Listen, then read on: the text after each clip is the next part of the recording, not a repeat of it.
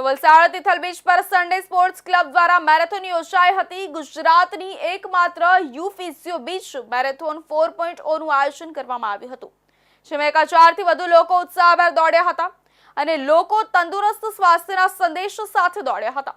Tithal beach પર સાંઈ બાબા મંદિરની બાજુમાં એક ખાનગી પાર્ટી પ્લોટથી વહેલી સવારે 5:30 વાગ્યાથી શરૂ થયેલા આ મેરેથોન 3 કિલોમીટર, 5 કિલોમીટર, 10 કિલોમીટર અને 21.1 કિલોમીટરના વિભાગમાં યોજવામાં આવી હતી।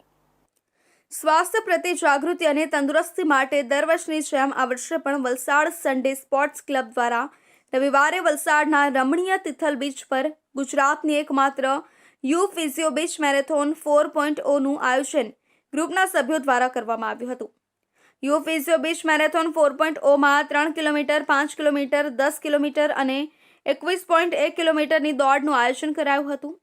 આ મેરેથોનમાં ગુજરાત અને મહારાષ્ટ્ર તેમજ અન્ય રાજ્યોમાંથી પણ 1300 થી વધુ લોકો ઉત્સાહભેર જોડાઈને તંદુરસ્ત સ્વાસ્થ્યના સંદેશ સાથે દોડ્યા હતા। તિથલ બીચ પર સાંઈ બાબા મંદિરની બાજુમાં એક ખાનગી પાર્ટી પ્લોટથી વહેલી સવારે 5:30 વાગ્યાથી શરૂ થયેલા આ મેરેથોન 3 કિલોમીટર, 5 કિલોમીટર, 10 કિલોમીટર અને 21 કિલોમીટરના વિભાગમાં યોજવામાં આવી હતી, જેમાં નાના બાળકોથી માંડીને મોટેરાઓ પણ જોમ અને જુસ્સા સાથે દોડ્યા હતા।